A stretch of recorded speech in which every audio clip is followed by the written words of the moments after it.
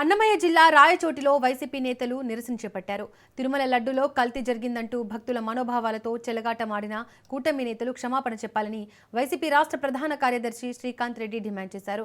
భక్తుల మనోభావాలను దెబ్బతీసే విధంగా వ్యవహరిస్తున్న కూటమి పెద్దలకు మంచి బుద్ధి ప్రసాదించాలని కోరుతూ రాయచోటి వీరభద్రస్వామి దేవస్థానంలో ప్రత్యేక పూజలు నిర్వహించామని శ్రీకాంత్ రెడ్డి అన్నారు. సిట్ విచారణలో లడ్డు కల్తీ ఆరోపణలు నిరాధారణమని క్లీన్ చిట్ రావడంతో నియోజకవర్గంలోని పార్టీ శ్రేణులతో కలిసి 100 టెంకాయలు కొట్టారు.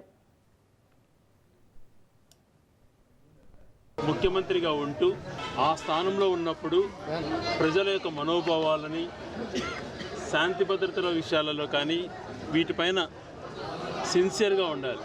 ప్రజలకు ఎంతో సెంటిమెంట్గా భావించేటువంటి దేవుని కూడా రాజకీయాల్లోకి తీసుకొస్తున్నారు వాళ్ళ పబ్బం గడుపుకోవడం కోసం. ఇది చాలా దారుణం. అఖిల కోట బ్రహ్మాండ నాయకుడైనటువంటి వెంకటేశ్వర స్వామిని ఎంతో ఆరాధిస్తారు. ప్రసాదాన్ని దేవుని చూసినట్టుగా భావిస్తారు.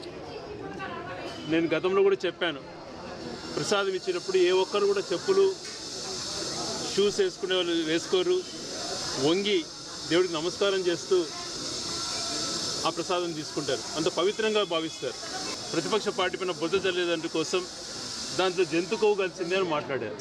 పంది కొవ్వు ఇవన్నీ కూడా దాంట్లో మిక్స్ అయినాయి. ఫిష్ ఆయిల్, యానిమల్ ఫ్యాట్ ఉంది అని చెప్పి తను, అదే రకంగా తన తనయుడు లోకేష్ గారు, అలాగే వాళ్ళ అలయన్స్లో పాత్రధారుడైనటువంటి పవన్ కళ్యాణ్ గారు పదే పదే మాట్లాడారు.